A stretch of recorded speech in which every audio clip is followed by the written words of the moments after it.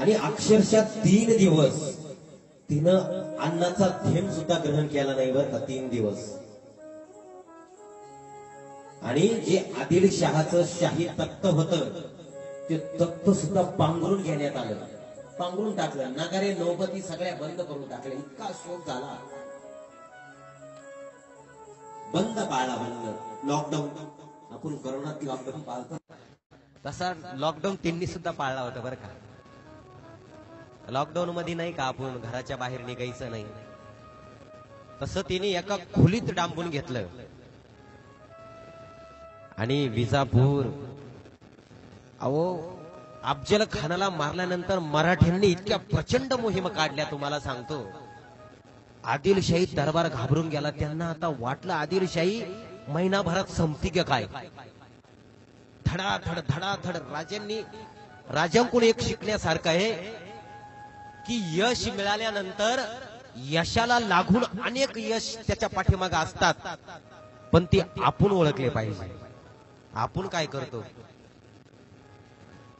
7-8 हजार रुपये कांद्याला भाव मिळाला, लॉटरीच लागली, मग आळस येतो जरा. भरपूर पैसे झाले, आता काही गरज नाही. पण तसं नसतं. यश मिळाल्यानंतर खरं लक्षात घ्या, पैसाला पैसा लागत असतो, यशाला यश येत असतं. तसंच महाराजांनी अफजल खान फाडल्यावर किती निवांत आराम करायला पाहिजे होता. खूप दगदग झाली, मारला आता एकदाचा, आराम करू आता, काही टेन्शन नाही. पण अजिबात नाही. महाराजांनी 18 दिवसाचा प्रवास केलेला आहे, लक्षात घ्या. 18 डेज. 18 दिवसात महाराजांनी हयातभर, खळदकर महाराज हयातभर महाराजांनी जे मिळवलं नाही ते 18 दिवसात मिळवलंय, लक्षात घ्या. आणि ह्या स्वाऱ्या इतक्या प्रचंड आल्या, त्या आदिलशाहला वाटलं आता आदिलशाही संपती की काय. कारण आज इकडं होते, उद्या तिकडं ते, जसं माग नाही का पेव फुटलं होतं, ते एका विशिष्ट पक्षातली माणसं धडाधड नुसतं पक्ष परिवर्तन, त्यांना आता काही शिल्लक राहतं का नाही, तसं तिकडं काही राहीनच ना. आणि मग आदिलशाह दरबाराने पुन्हा एकदा एक प्रयत्न करून पाहिला, रुस्तम जमाच्या थ्रू. फाजल खानाला परत बरोबर दिलं, अफजल खानाचा पुत्र, पण तो पण डाव फासला. ते काय चाललेच नाही ती गंमत. म्हणजे त्याचं लगेच डिपॉझिट जप्त झालं. उमेदवारच एवढा तागडा समोर, डिपॉझिट जप्त, रुस्तम जमा परत. आणि त्यानंतर महाराजांनी प्रचंड प्रचंड घोडदौड त्या ठिकाणी केली, लक्षात घ्या. आणि हे घोडदौड करीत करीत महाराज पन्हाळ्याच्या जवळ आले. 10 मैलावर होता पन्हाळा, फक्त आता 10 मैलावर राहिलेला होता. आणि मार्गशीर्ष वद्य नवमीला म्हणजे 28 नोव्हेंबर 1659 रोजी सोमवारी 6 घटिका असताना राजांनी पन्हाळगड सुद्धा घेतला, खळदकर महाराज. आता पन्हाळ्याचे विशेष महत्व आहे बरं का. कारण पन्हाळा किल्ला म्हणजे विजापूर दरबाराच्या मुकुटातला कौस्तुभमणी, तो मणी राजांनी घेतला. मग आता ते धास्तावणार नाही, मग काय होणार, धास्तावून गेले. आणि पन्हाळा म्हणजे अतिशय मध्यवर्ती ठिकाण. कारण पन्हाळ्यावरून चौफेर लक्ष ठेवता येतं. पन्हाळ्यावरून रसद पोहोचवायची असेल तर पन्हाळा हे मध्यवर्ती ठिकाण होतं. आणि तो पन्हाळा गेला हो. म्हणजे आपण नाही म्हणत का की पद्यामधला जोकर फार महत्वाचा असतो. सिक्वेन्स व्हायला जर एखादा पत्ता कमी असेल, जोकर जर आला तर किती प्रचंड आनंद होतो आपल्याला. म्हणजे मी पत्त्याचं या ठिकाणी प्रबोधन करत नाही, पण तुम्हाला उदाहरणात्मक सांगतोय की ते महत्व ह्या पन्हाळ्याचं होतं. महाराजांना सर्वदूर यश मिळत होतं. विजापूरच्या अंगणापर्यंत महाराज आता पोहोचले होते. आणि आदिलशहाला काय करावं आता काहीच कळेना.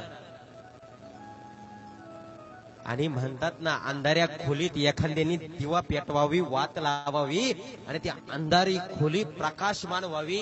अंधारात एखादा आशेचा काजवा चमकावा.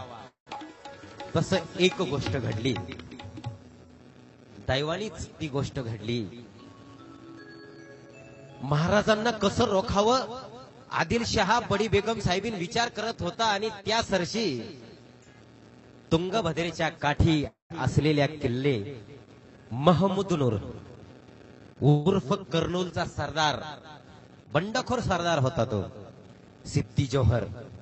आता बंडखोर म्हणजे काय, आता परत विषय तिथंच येतो. आता तुम्हाला सोप्या भाषेत सांगतो बंडखोर म्हणजे काय. एखाद्या पक्षात एखादा निष्ठावान कार्यकर्ता असतो तो बंडखोरी करून दुसऱ्या पक्षात जातो, पण पुन्हा त्या पक्षात येतो. तसा हा बंडखोर होता. आणि तिने पत्र लिहिलं, दुसरीकडे गेलेला होता, तिने परत पत्र लिहिलं आधी आदिलशहाला. तो पत्र लिहितो, पत्रामध्ये म्हणतो की पूर्वी मी अनेक वाईट कृत्य केली, पण आता त्याबद्दल मला वाईट वाटत आहे. मला प्रचंड वेदना होत आहेत की मी तुम्हाला का सोडून गेलो, मी खूप वाईट कृत्य केली. तेव्हा बादशाह जर माझे सगळे गुन्हे माफ करणार असाल तर मी पुन्हा येतो, पुन्हा सेवेत रुजू होतो. माझे सर्व गुन्हे माफ करून एखादी जर जबाबदारी दिली तर मी तडफेनं घेतो. फरमान पाठवलं तिने बादशाहला. आणि बादशाह जर अभयदानाची शपथ देत असेल मला, कारण हा सोडून गेला होता, राग होता प्रचंड, आल्यावर मारला बिरला. तिने आधी महाराज अभयदानाची शपथ मागितली, अभयदान देणार असेल तर येतो. आता इकडं उमेदवारच नव्हता उभा करायला. आयता आयात उमेदवार मिळाला म्हटल्यावर यांनी लगेच येऊन जा, यांनाही गरज होती. आदिलशाह उतावळा झाला होता, महाराजांवर कोणाला पाठवावं. आणि याचं पत्र आलं, याला लगेच काशीनाथ पंत तिमाजीकडे पत्र पाठवलं. काशीनाथ पंत तिमाजी लगेच याला घेऊन आला. याला सलाबत खान हा किताबही देऊन मोकळे झाले. पूर्वी पद्धत होती, आल्यानंतर सन्मान करायची. याला किताब दिला, याला भरपूर भरपूर इनामं दिली, किताब दिला, परत कोऱ्या डावलाची कागद बिगद सगळं अगदी दिलं. म्हणजे बकरा हलाल होने से पहिले सजाया जाता है, वैसे हाही हलालच होणार होता. पूर्ण तयारी याची करून दिली. काय पाहिजे सांग, सगळं दिलं याला.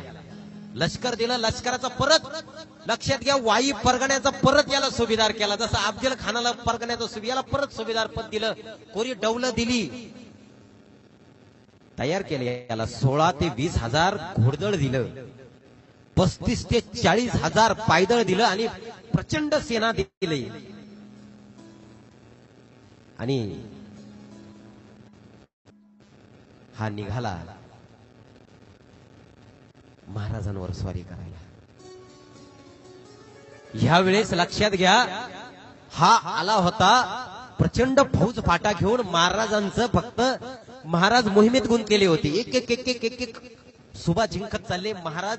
जेव्हा हा आला महाराजांवर चालून, तेव्हा महाराज मिरजेमध्ये होते. आणि महाराजांबरोबर फक्त लक्षात घ्या 8,000 पायदळ महाराजांच्या सोबत होतं. महाराजांना कळलं हा येतोय. महाराज पन्हाळ्यावर पोहोचले मिरजेवरून, कारण सुरक्षित ठिकाणी पोहोचणं गरजेचं होतं. महाराज पन्हाळ्यावर पोहोचले, तो दिवस होता, लक्षात घ्या, वर्ष प्रतिपदेच्या नव्या संवत्सराचा पहिला दिवस. शार्वरी नाम संवत्सर होतं. श्री नूप शालिवाहन शके 1582 ची चैत्र शुद्ध प्रतिपदा. कळतकर महाराज, शुक्रवार दिनांक 2 मार्च 1660. आज आमचे खळदकर महाराज अगदी ठैरून कथा ऐकायला बसले बघा. आज त्यांना म्हणलं थोडस जरा निवांत बस, आज एखादी झाकी आपण राहून देऊ, कारण कथा खूप राहिली महाराज. आणि काल असं वाटलं की साक्षात अफजल खानच दरबारात आलाय का काय, असं आमच्या महाराजांनी पार्ट केले. एकदा टाळ्या होऊन जाऊन द्या महाराजांना. काय वा वा, एखादा सिनेमाचा जर दिग्दर्शक महाराज इथं असतं तर तुम्हाला लगेच घेऊन टाकलं असतं. क्या बात. म्हणजे वेशभूषाकार महाराज आपले आहेत, पण अंगात कलाकार सुद्धा दडलेला आहे खळदकर महाराजांच्या. धन्यवाद आहे माऊली, तुमची साथ मला लाभली, त्याकरता कृतकृत्य मानतो मी. आणि आपण कोकणठाण नगरीत आला त्याकरता गावकऱ्यांच्या वतीने सुद्धा स्वागत आहे तुमचं. बघा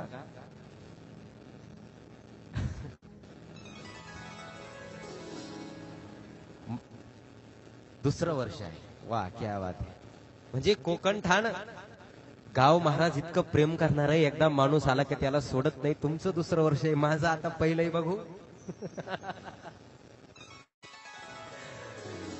मला कोरे डौलं मिळतात की नाही बघू असं. महाराज पन्हाळगडावरती आले. अवघ्या 8,000 फौजेसह महाराज पन्हाळगडावर पोहोचले. मागोमाग सिद्धीच्या वर आला आणि आल्या आल्या त्यानं लगेच वेढा टाकायला सुरुवात केली. 40-50 हजार फौजेसह त्याने पन्हाळगडाला वेढा टाकला आणि सह्याद्रीचा छावा, सह्याद्रीचा सिंह पुन्हा एकदा वेड्यामध्ये अडकला गेला. फक्त 18 दिवस पुन्हा एकदा पन्हाळगडामध्ये राजे अडकले. आणि नेमकी ह्याच समयाला आदिलशहा दरबारानं औरंगजेबाला सुद्धा एक खलिता पाठवला होता. महाराजांचा भयंकर प्रचंड त्रास होतोय.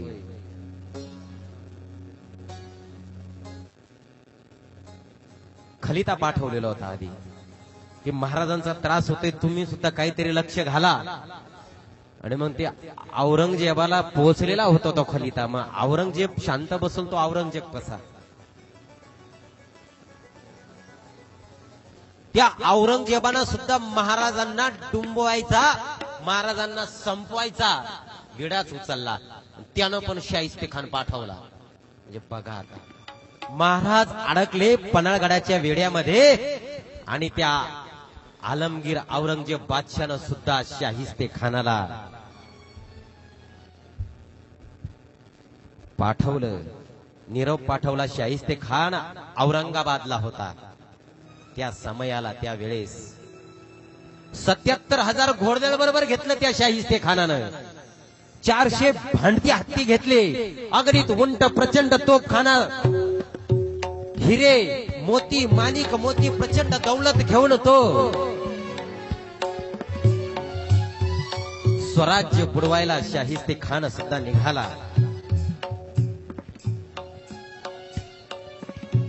अफजल खानाच्या वेळेची परिस्थिती निर्माण झाली होती ना, ती परिस्थिती त्याच्यापेक्षा त्याच्यापेक्षा भयंकर परिस्थिती आता निर्माण झाली होती.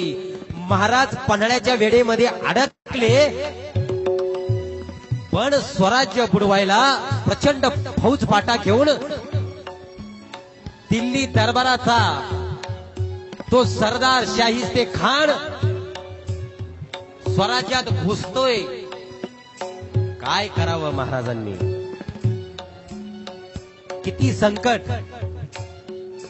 आणि एक गोष्ट लक्षात घेण्यासारखी, महाराजांच्या तुकड्या त्यावेळेस विभागल्या होत्या बरं का. महाराजांची सेना विभागल्या गेलेली होती. नेताजी पालकर एकीकडे लढताय, महाराज मिरजेकडे होते. सेना दुभंगल्या गेलेली होती आणि हे संकट स्वराज्यावर आले होतं. आता दिल्लीचे तख्त औरंगजेबाला मिळवून देण्याकरता या शाहिस्ते खानाचा फार मोठा हात बर का, फार मोठा हात. प्रत्यक्ष मोघल पातशाहीशी या शाहिस्ते खानाचे संबंध होते. प्रत्यक्ष मोगलाशी. म्हणजे शहाजहानची पत्नी मुमताज महल ही शाहिस्ते खानाची सक्की बहीण होती. सक्की बहीण. संबंध बघा. आणि म्हणून ह्या नात्याने तो औरंगजेब बादशाचा मामा. आणि पूर्वीच्या पिढीमध्ये जहांगीराची पत्नी नूरजहा ही ह्या शाहिस्ते खानाची सक्की आत्या. डबल संबंध. म्हणून हा फार जवळचा.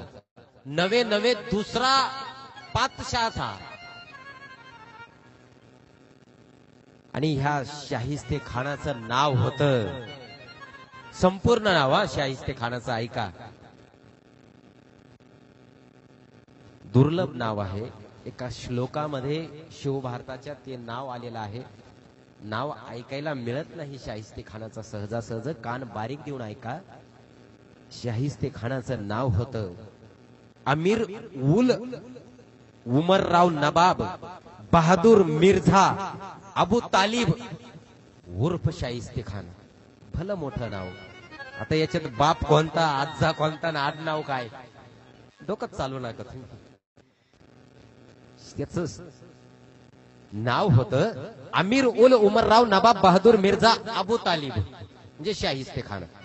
हा महाराजांपेक्षा 30 वर्षांनी मोठा होता बरं का. 30 वर्षांनी. पिकलेला पान होता, हुशार होता. म्हणजे हा दुसरी बादशाहीचीच प्रतिमा. म्हणजे दुसरा हा जणू बादशाच.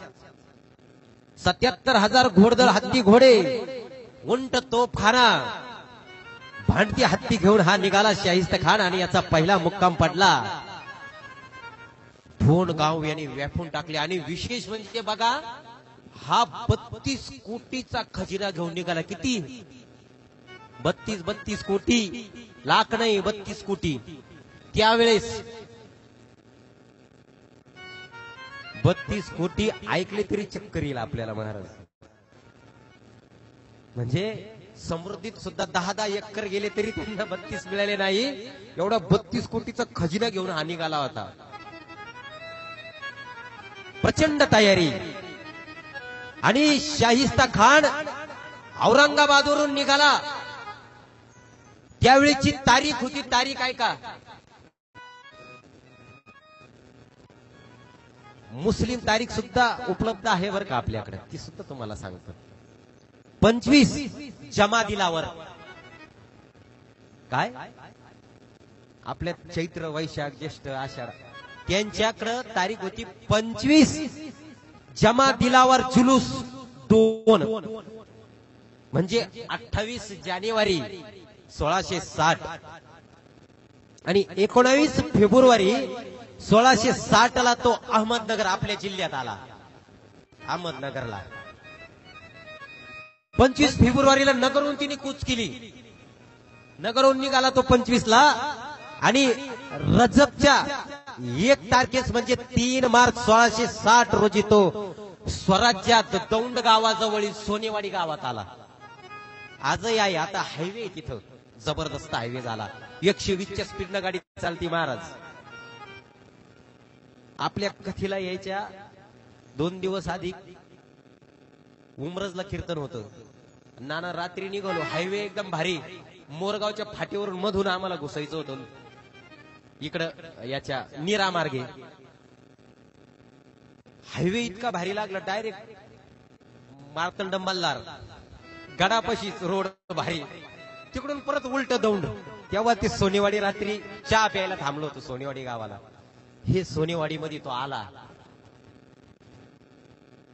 शाहिस्ते खान. आता शाहिस्ते खान जेवढे सरदार घेऊन आला ना, जवळजवळ 108 ते 10 सरदार होते. मातब्बर. आता एक सरदार म्हणजे नुसता सरदार नाही, त्या सरदाराला मनसबदारी असायची. 15,000, 25,000, 50,000. त्याच्या खाली पायदळ, त्याच्या खाली घोडदळ आणि त्याचे बाजार बुनगे, त्याचा जनान खाना. म्हणजे इतका ताप असायचा. एवढे सरदार. सरदारही भरपूर आहे.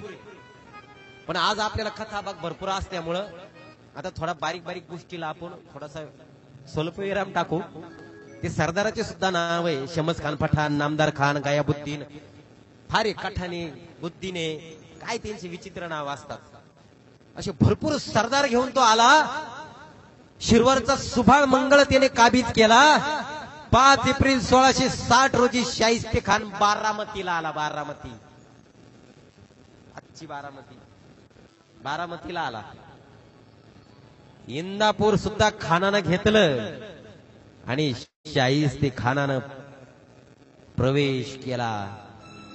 पुण्यामध्ये लाल महालामध्ये तळ ठोकून बसला. खूप संघर्ष करावा लागला याला. ह्या प्रवासामध्ये मराठ्यांच्या अनेक चकमकी उडालेल्या आहेत. बरं तो आला हायवेने नाही आला बरं का. प्रत्येक गाव बेचिराख करीत आला तो.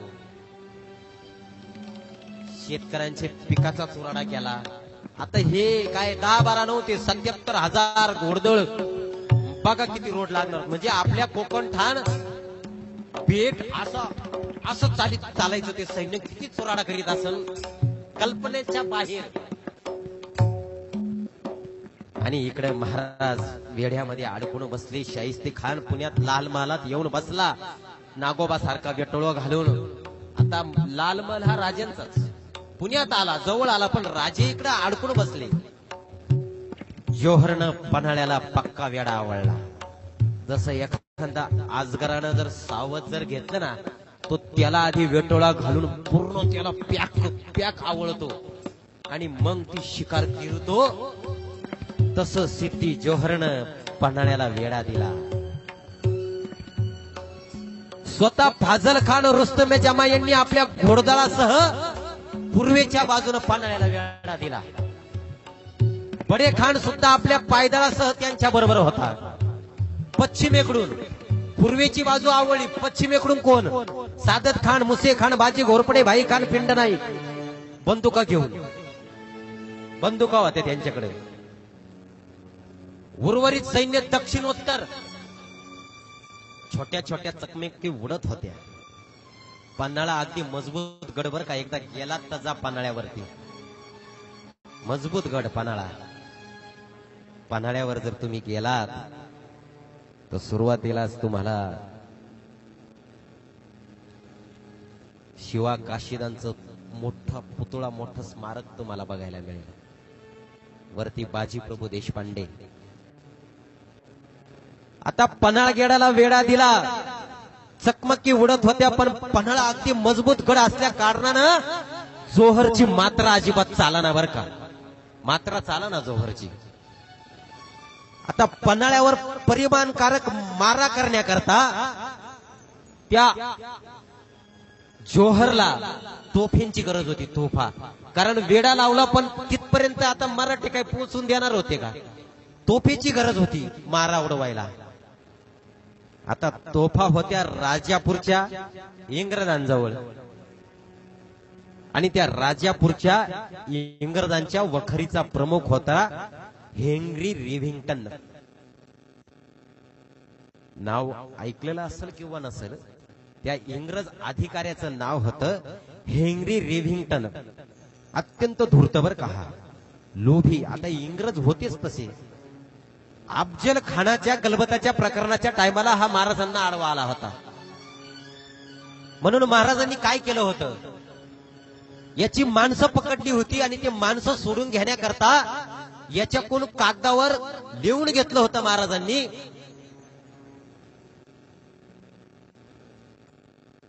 की जिंजेकर सिद्धीच्या विरुद्ध आम्हाला लागणारा दारूळ गोळा तुम्ही पुरवायचा, आणि इथून पुढे जे पण ज्याच्या विरोधात आम्ही लढन त्यांना तुम्ही मदत करायची नाही. लिहून घेतलं होतं राजेंनी. याच्याकडून मदत करायची नाही आमच्या शत्रूला. कोणाला दारू गोळा पुरवायचा नाही. दारू गोळा यांच्याकडे होता. रिव्हिंग्टनला तशी ताकद दिलेली होती. पण हे सगळे नियम धाब्यावर बसवून या रिव्हिंग्टननं काय केलं, रुस्तमे जमाला पाठवलं सिद्धी जोहरनं याच्याकडं, दारू गोळा तोफा याच्याकडं. पण याच्याकडून महाराजांनी आधी वचक देऊन लिहून घेतलं. पण आता महाराज अडकून पडले. यांनी ओळखलं, बरं हा व्यापारी हुशार, माणसं हुशार. यानं सगळे नियम धाब्यावर बसवले आणि आता खुद्द महाराज जोहरच्या वेड्यात अडकले. अडकलेले पाहून या रिव्हिंग्टनच्या तोंडाला पाणी सुटलं ना. व्यापारी जागृत झाला याच्यामधला, आणि आपला दारू गोळा खपवण्याकरता यानं जोहरला पत्र व्यवहार केला. आणि जोहरला आवश्यकताच होती, वाटच पाहत होता जोहर. जोहरनं लगेच 4 पायदळ आणि काही घोडेस्वार आणि 5 पालख्या याच्याकडे पाठवल्या, आणि आपला माणूस सुद्धा राजापूरला पाठवला मार्च महिन्यामध्ये 1660ला. आणि रिव्हिंग्टननं काय केलं, लगेच जोहरला 1 तोफ आणि 50 गोळे तोफीचे मंजूर करून टाकले. देतो तुम्हाला. बरं मंजूर केले, आपला माल विकला. आता माल विकल्यावर तो माल विकल्यानंतर आपण जर एखादा माल एखाद्या गिराईकाला महाराज विकला तर तो माल कसा आहे, समजा मेथीची भाजी आपण एखाद्या गिराईकाला विकली. माझी भाजी जबरदस्त प्युअर आहे, माझी भाजी 1 नंबर आहे. ती भाजी कशी होती ती करून दाखवायला एखादा विकलेला शेतकरी घरी जाईल का होते गिराईकाच्या? मी तुम्हाला करून दाखवतो कशी बाजी. अहो हा पठ्ठीने काय केलं, तोफा विकल्या, गोळे विकले, पण तो म्हणाला मी तोफा डागायला तुमच्या बरोबर येतो. तोंडाला पाणी सुटलं. व्यापाऱ्याचं डोकं कसं असतं बघा. हा सोबत आला. 2 एप्रिल रोजी राया पाटण अनस्कूर मार्गे जोहर निघाला. सोबत त्याने माणसं घेतली बर का. मॅघम आणि गिफर्ड व वेंची ही माणसं सोबत घेतली आणि गेला पानाळगडाच्या वेढा जिथं आवडलेला होता तिथं गेला. या सिद्धी जोहरनं याचं फुलं बिलं अक्षदा टाकून अगदी गंध बिंद लावून याचं तुताऱ्या बिताऱ्या वाजवून याचं स्वागत केलं. ये तुझीच गरज होती. आला हा दिमाखात आला. रिव्हिंग्टनला उन्माद चढला, कारण राजे अटकून पडले ना. याला असं वाटलं कव्हा तोप लावून कव्हा मी राजांवर हल्ला करीन. उतावळा झाला होता प्रचंड. आणि जोहरला आपली करामत दाखवायकरता यानं काय केलं, वेड्याच्या कडाला आपल्या तोफा लावल्या, तोफ्याला त्याचा झेंडा लावला इंग्रजांचा. तयार झाला आणि तोफ ठाचली, गोळा ठाचला तोफेमध्ये आणि तोफेला बत्ती दिली. तोफीची वाज जळायला लागली. तर वाज जळायला लागली. तुम्हाला सांगतो असा जोरात तोफेचा आवाज झाला. धाड धाड धाड धाड धाड धाड धाड धाड. तुम्हाला सांगतो त्या तोफीचा गोळा गेल्यानंतर तो तोफेचा गोळा तट्टापाशी जाऊन आदळला पन्हाळगडाच्या. अहो तो सिद्धी प्रचंड खुश झाला. तटाला काही इजा झाल्या नाही, तटाचा बुरुज सुद्धा हल्ला नाही, पण त्याला आनंद हा झाला की तो मारा आता तिथपर्यंत आपण करू शकतो. सिद्धी जोहर प्रचंड खुश झाला आणि सिद्धी जोहर जवळ कोरे डवले होतेच. लगेच शिक्का मारून येऊ म्हणला, तू पुढचा लागणार लगेच आम्हाला पुरून टाक. हाही खुश झाला. पुढची ऑर्डर मिळाली, लगेच माल खपणार होता. बरं ऑर्डर याला मिळाली, येणी लगेच तिथं राऊटी ठोकली, तिथंच मुक्काम ठोकला नाही येणी. मी पण थांबतो. आई तर भेटणार होतं ठासायला, थांबून घेतलं नाही येणी. इकडे नेताजींना कळालं महाराज वेढले गेल्याची बातमी. नेताजींना कळाली. विजापूरच्या रोखाने दौड करत होते नेताजी. आणि नेताजींनी एक शक्कल लढवली. आता इथं आपण जर विजापूरवर दबाव आणला तर आदिलशहाला सिद्धी जोहरच्या सैन्यामधील काही सैन्य परत बोलवावं लागेल. कारण या वेड्याकरता महाराजांना पकडायकरता बरंच सैन्य दिलं होतं, थोडं सैन्य जवळ ठेवलं होतं. मग नेताजींनी शक्कल लढवली. आपण जर विजापूरवर धडक मारली तर विजापूर वाचवायकरता, राजधानी वाचवायकरता हे काय करतील, सिद्धी जोहरचं काही सैन्य बोलवून घेतील. म्हणून नेताजी ठिकाणी घोड्याला टाच मारली नेताजी निघाले विजापूरच्या रोखाने. 4-5 हजार घोडे स्वार जवळ होते. सिद्धी हिलाल सुद्धा बरोबर होता. डबल गतीनं दौड केली, डबल. आणि नेताजींनी अकस्मात शहापूरवर हल्ला केला. वेळ रात्रीची होती. मराठ्यांनी शहर काबीज केलं. शहापूर जाळून बेचिराग केलं. मराठ्यांना रोखण्याकरता आदिलशहा सेनापती मुल्ला अहमद बाबुल खान आणि आजापा नायक हे 2 माणसं सरदार धावून आले. पण मराठ्यांचा रणवेश इतका भयानक होता, इतका खतरनाक होता की आल्या आल्या मराठ्यांनी त्यांचा दारुण पराभव केला. जिंकलं त्यांना. आणि त्यांचे 2000 घोडेस्वार मराठ्यांनी कैद केले. आणि आता चिडलेले मराठी सैन्य निघाले विजापूरच्या दिशेने. पुढे आला होता हा आडवायला. विजापूरच्या दिशेने निघाले. घोड्यांना परत टाच मारले, लगाम खेचला करीत घोडे निघाले. विजापूरवर घबराट निर्माण झाली. पण त्यांना कळालं की नेताजींसोबत सैन्यदळ कमी आहे. आणि 5000 घोडेस्वार घेऊन खवास खान मराठ्यांना रोखण्याकरता विजापूरच्या बाहेर निघाला. प्रचंड लढाई झाली. अरे हे ताज्या दमाचं येतं सैन्य खवास खानाचं. आणि मराठी प्रचंड थकलेले होते घोडदौड करून. लढाई झाली पण मराठ्यांच्या सैन्याची प्रचंड हानी झाली. नेताजींना माघार घ्यावी लागली. नेताजी परत आले. सरनोबतांचा त्या ठिकाणी पराभव झाला, लक्षात घ्या. नेताजी परत आले. नेताजींची मात्रा चालली नाही. इकडे जिजाऊमा साहेब कासावीस होऊन पन्हाळ्याकडे पाहत होत्या. कारण राजे पन्हाळगडामध्ये अडकलेले होते वेड्यामध्ये. जिजाऊ साहेब कासावीस झाला हरलेले नेताजी मासाहेबांना भेटाय करता गेले, काळवंडून गेलेले होते आधीच. कारण राजांना सरनोबत सोडू शकले नाही. सिद्धी हिलाल आणि नेताजी जिजाऊ साहेबांसमोर गेले. जिजाऊ साहेब प्रचंड प्रचंड जिजाऊ साहेब चिडलेल्या होत्या. जिजाऊ साहेबांनी विचार केला आता आपण स्वतःच तलवार घेऊन पन्हाळ्याच्या रोखाने निघू. पण तेवढ्यामध्ये हे दोघे आले. बरं आले, सरनोबत होते स्वराज्याचे. आल्या आल्या आऊसाहेब मुजरा केला आऊसाहेबांना. एरवी मायेची पाखरण उधळणारे आऊसाहेब ह्या वेळे रणचंडिकेचं रूप घेऊन आऊसाहेब सरनोबतांना कडक शब्दात आऊसाहेब विचारत्या झाल्या, बोलल्या, त्यांना कान उघडणी केली. त्या म्हणाल्या तुम्ही सगळे इकडे एकत्र मिळून शाहिस्ते खानाशी झुंजा. मी स्वतः हातामध्ये तलवार घेऊन शिवबाराजांना सोडवते, पन्हाळ्यावर कूच करते. कसं तरी वाटलं सरनोबतांना. नेताजींना वाईट वाटलं. आऊसाहेब आम्ही असताना तुम्ही जाणं म्हणजे. अहो हरून आलेले नेताजी तसेच परत उलट्या पायी तसेच परत निघाले. आणि आता यांनी हल्ला केला. सिद्धी जोहरने जिथं वेढा दिला होता तिथं हल्ला करायला निघाले. परत निघाले. थकलेले होते प्रचंड घोडदौड करून. पण आऊसाहेब बोलल्या परत निघाले. जोहरनं लांबूनच पाहिलं. वेड्यातला एक सुद्धा सैनिक जोहरनं हलवला नाही बर का.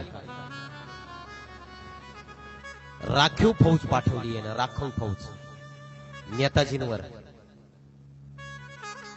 धडक दिली नेताजींना. परत लढाई झाली. परत रणकंदन माजलं. फुपाटा उडायला लागला, माती उडायला लागला. नेताजी आवेशाने लढत होते. अरे कुणाचा हात, कुणाचं तंड, कोणाचे कंबरड मोडत होतं. प्रचंड लढाई झाली. पण काय झालं, मराठे सरसी करत होते. पण तिथं एक घटना घडली. सिद्धी हिलालचा पुत्र वाहवा जोहरच्या सेनेनं कैद केला. तेव्हा सिद्धी हिलालचा धीर सुटला आणि तो पळत सुटला. पुत्र मोहापायी पुत्राला धरायला परत सुटला. परत पळत सुटल्यामुळे काय झालं, मराठ्यांची फळी दुभागल्या गेली. फळी तुटली. आणि पुन्हा एकदा नेताजींचा पराभव झाला. परत यावं लागलं नेताजींना. राजे गडावरून पाहत होते. नेताजींचा पराभव झाला. कुठलीच मात्रा चाले ना. उरली सुरली आशा सुद्धा संपली. पावसाळा जोरात सुरू झाला. राजांना वाटलं आता पावसाळा सुरू झाला, निसर्ग सोबतीला आलाय, वेडा आपाप सैल पडेल. पण जोहर होता तो राजांच्या पुढे 10 पटीनं डोकं चालवत होता. जोहरनं काय केलं, पावसाळा होता, जोहरनं शक्कल लढवली. पावसाळ्यातही वेडा कायम राहावा त्याकरता जोहरनं काय केले, त्यावेळेस फोफळी नावाचे वृक्ष होते, फोफळी आणि ताडाचे वृक्ष होते, त्याची पानं तोडली आणि त्या पानाची शाकारणी केलेले छत उभे केले, दुमदुबे उभे केले. यानं ऊसाचं पाचट नव्हतं बरं का त्यावेळेस.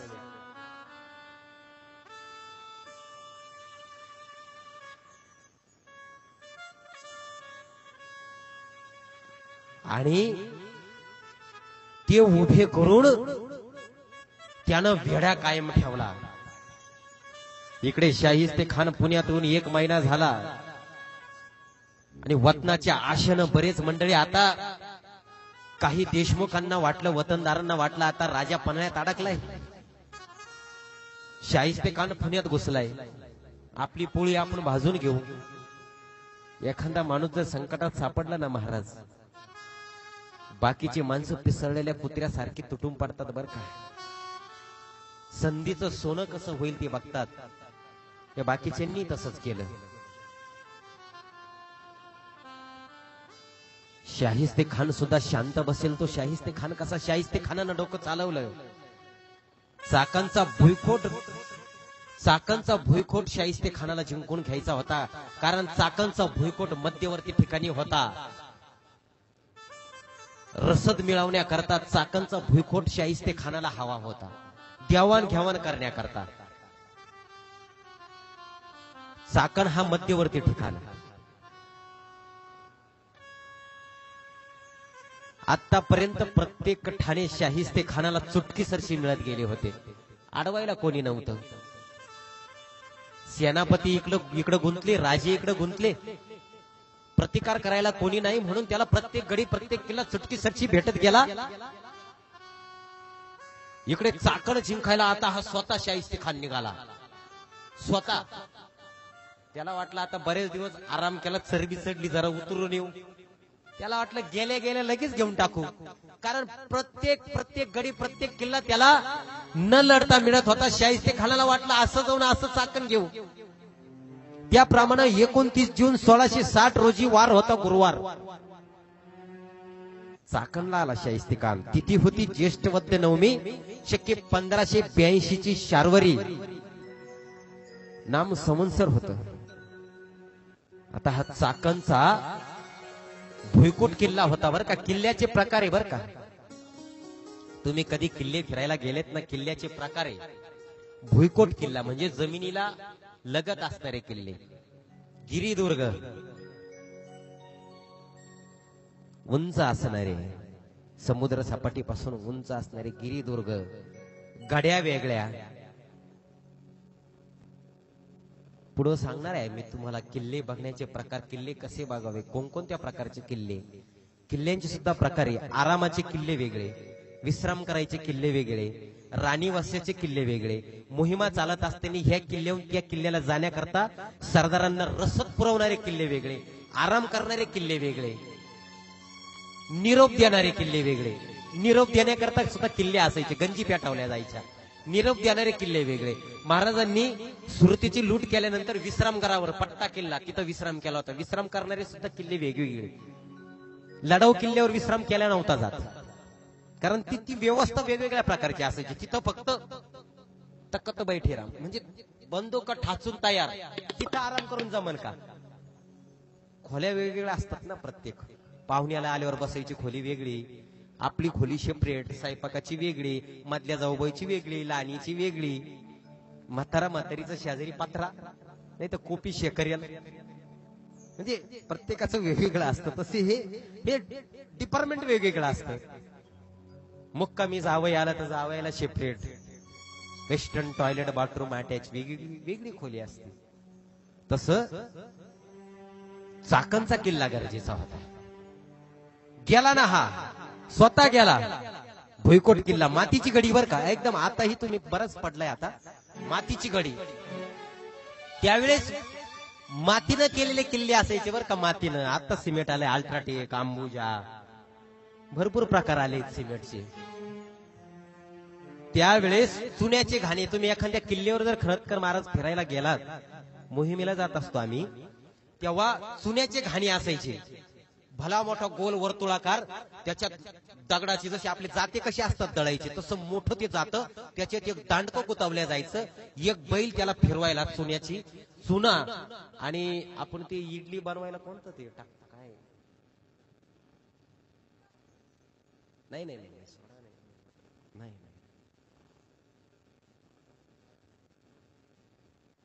उडीद उडीद आठवण मला बरेच दिवस झाले ना आता, खाल्लं नाही.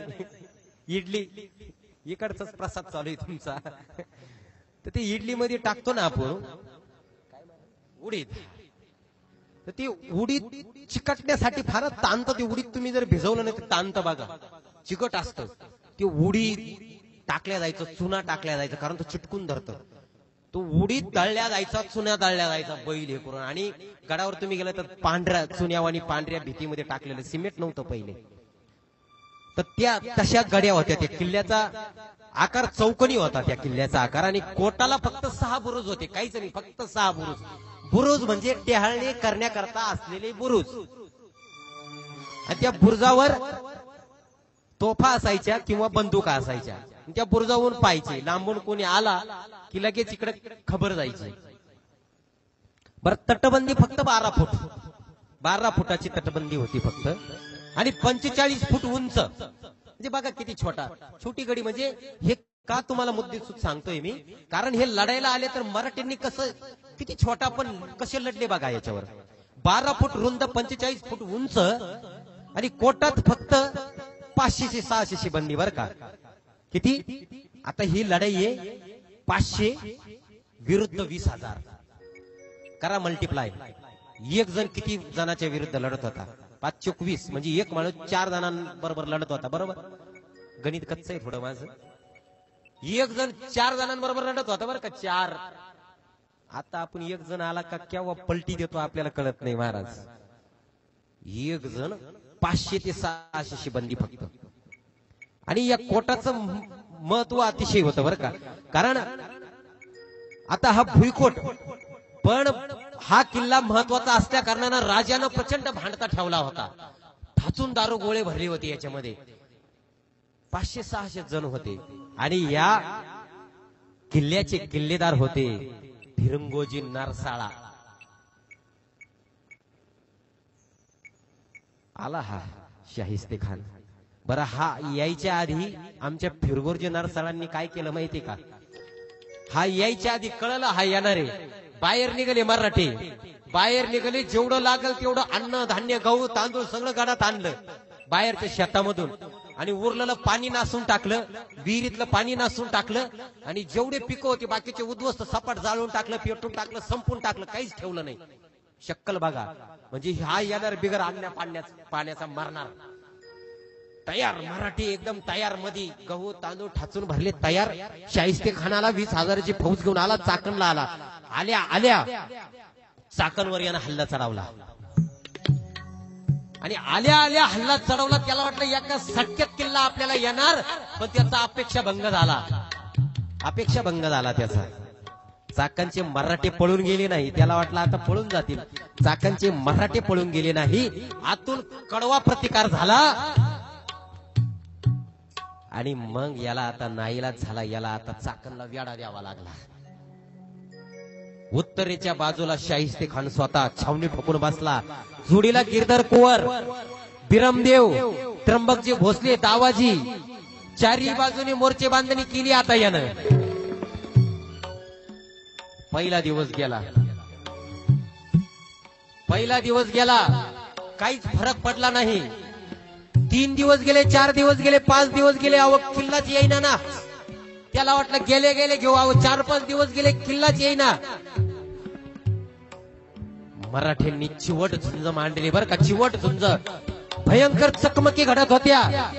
अहो मराठे तटावरून बुरुजावरून बाण फेकत होते. दारूत गोडवून पेटवायचे. धनुष्याला ते बाण लावायचे आणि ते बाण सोडायचे.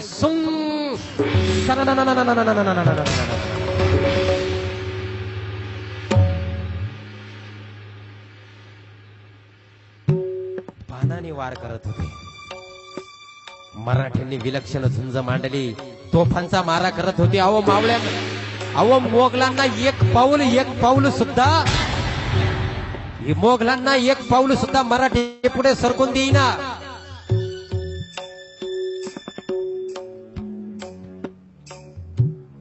वैतागला. तटावरून तोफांचा मारा होत होता. पाऊस चालू झाला. अहो पावसामुळं याच्या शाहिस्ते खानाच्या लढणाऱ्या सैनिकांच्या बाणाच्या दोरा सुद्धा कुजून गेल्या. शाहिस्ते खानाचा अंदाज साप चुकला. महिना उलटून गेला. वैतागला, चिडला. चाकण जिंकण्यासाठी त्यानं मग काय केलं? दक्षिणेतून मोठ्या तोफा मागवल्या. ही मात्रा चाला ना, तोफा मागवल्या. पण आमचे फिरंगोजी नारसाळा इंचभर सुद्धा पुढे सरकून देईना. मराठ्याचे मनोधैर्य वाखण्यासारखे होते. मराठीने चाकण शाहिस्ते खानाशी झुंजता ठेवला बर का.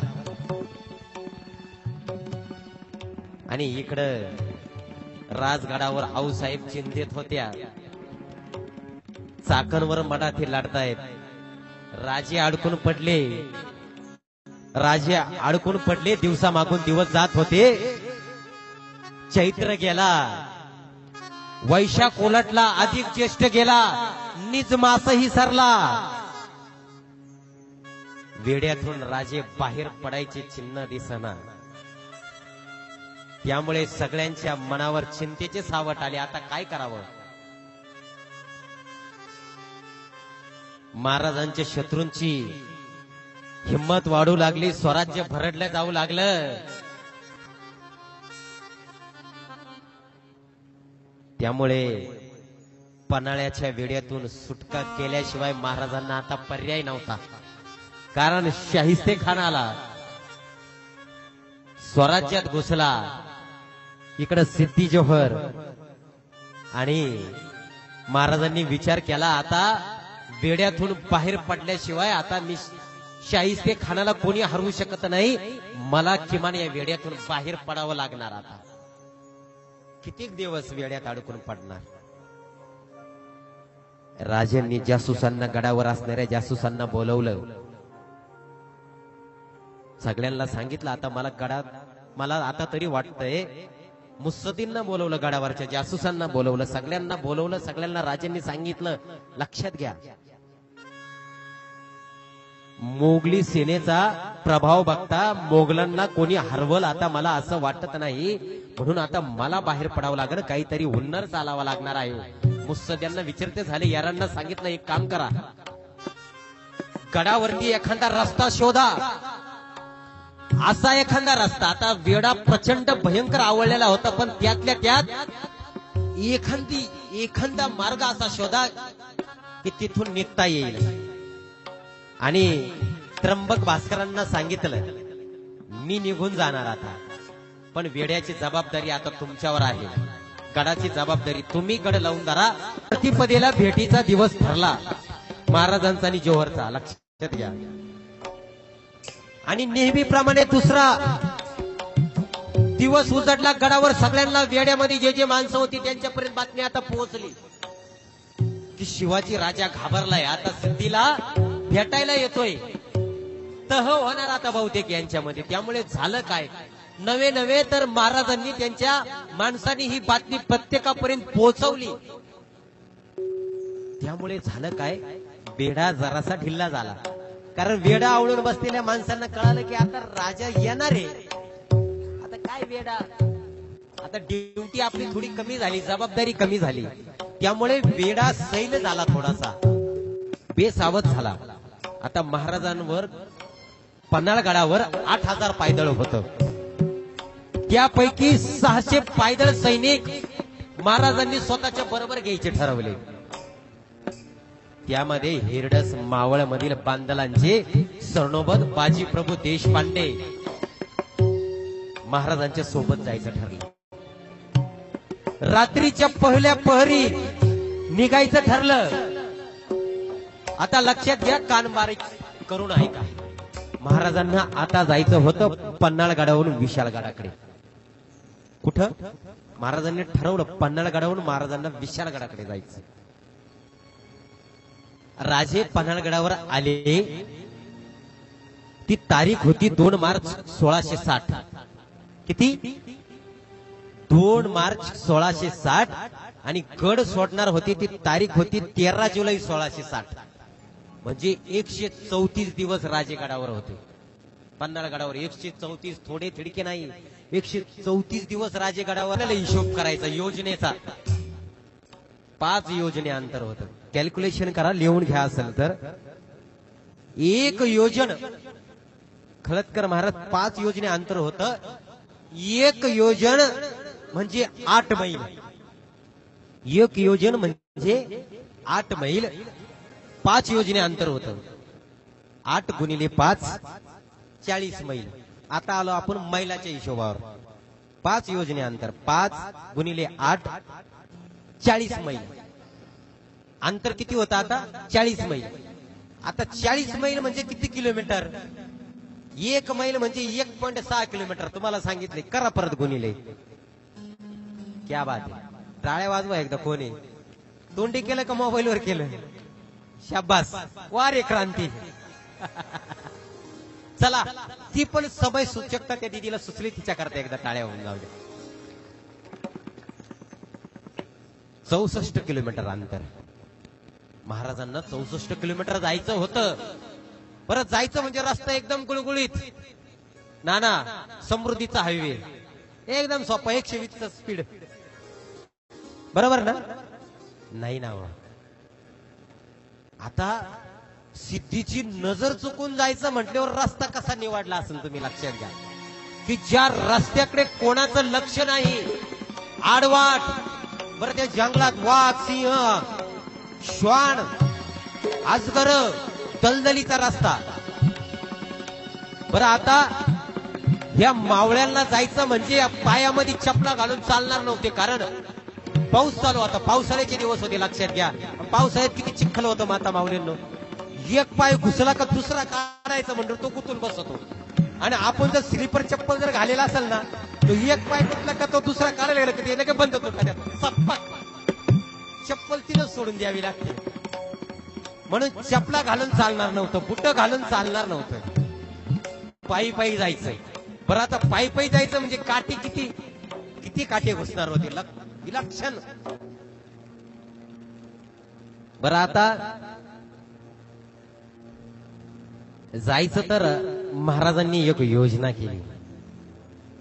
सगळी योजना महाराजांनी तिथं केली.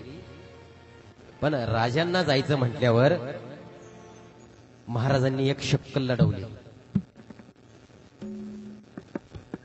जायचं म्हटल्यावर एक पार्ट राजांनी तिथं उभं केलं इतिहासातलं. प्रति शिवाजी. कोणी सांगू शकेल का त्या मावळ्याचं नाव प्रति शिवाजी कोणाला केलं होतं राजांनी? सांगू शकाल का कोणी? क्या बात आहे. टाळ्या होऊन द्या एकदा.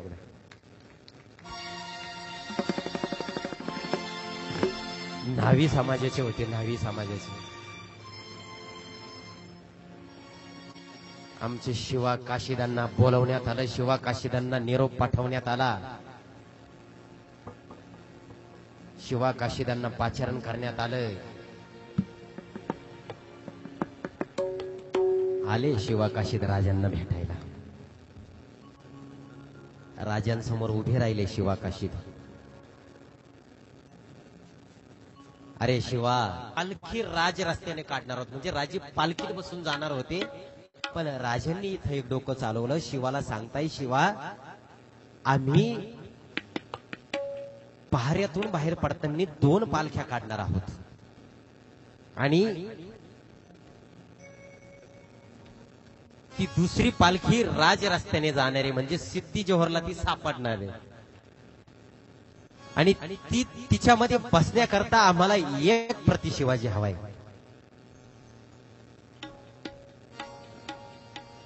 आमचे शिवा काशीद म्हणाले, महाराज मला समजलं नाही तुम्ही काय सांगताय. कसं सांगावं, राजांना सुचत नव्हतं शिवाला. ते म्हणाले, अरे शिवा, आम्ही गेलो तर दुसरी पालखी निघेल आणि ही पालखी राज रस्त्याने जाणार आहे आणि ही पालखी सिद्धी जोहरला सापडणार आहे. आणि सिद्धी जोहरला सापडल्यानंतर जरी आमचा सुगावा लागला तरी शिवाजी सापडला म्हणून तो सिद्धी जोहर निश्चित होईल. थोड्या वेळ का होईना आम्हाला पळून जायला वेळ मिळेल म्हणून ती दुसरी पालखी सिद्धी जोहरला सापडणार आहे. आणि शिवाजी सापडला अशी सिद्धी जोहरची समजूत होईल.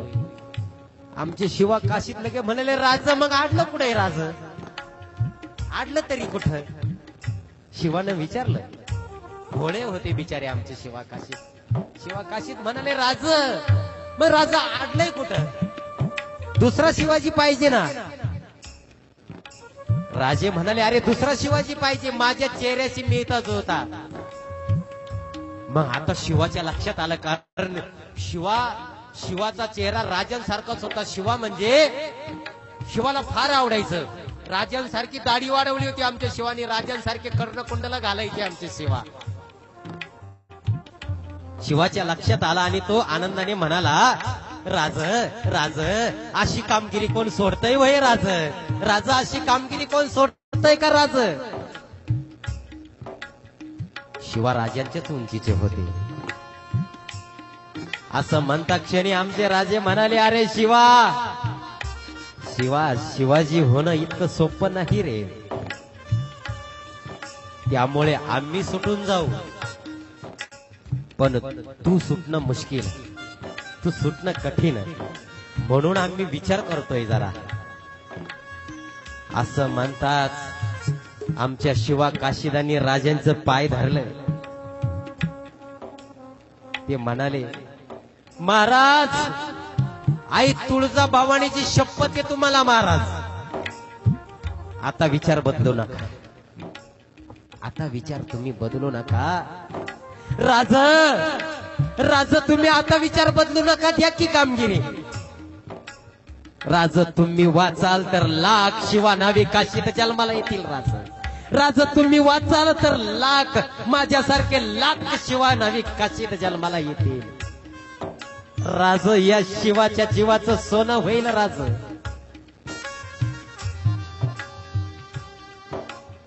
आमचे शिवा काशीत ऐकायला तयार नाही, राजे सुद्धा तयार नाही.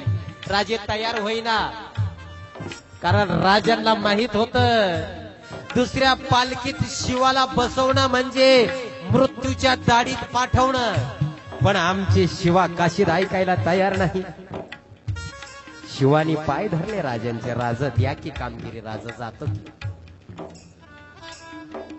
आमचे शिवा काशीत ऐकायला तयार नाही म्हटल्यावर शिवबा राजे म्हणाले, चल तरी का मग बघू प्रति शिवाजी कसा दिसतो, चल बघू.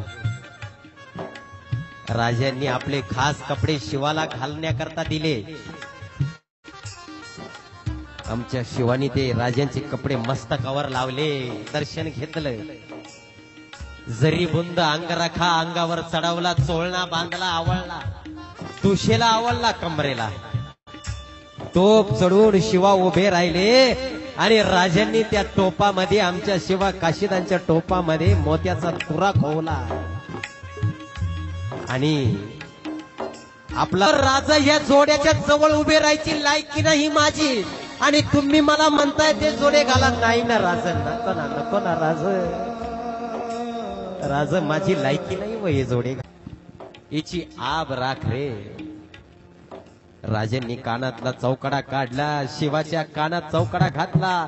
दुसरा चौकडा घालण्याकरता राजे वळले आणि माता माऊल्यांना तुम्हाला सांगतो, राजांच्या डोळ्यात ढसकन पाणी आलं.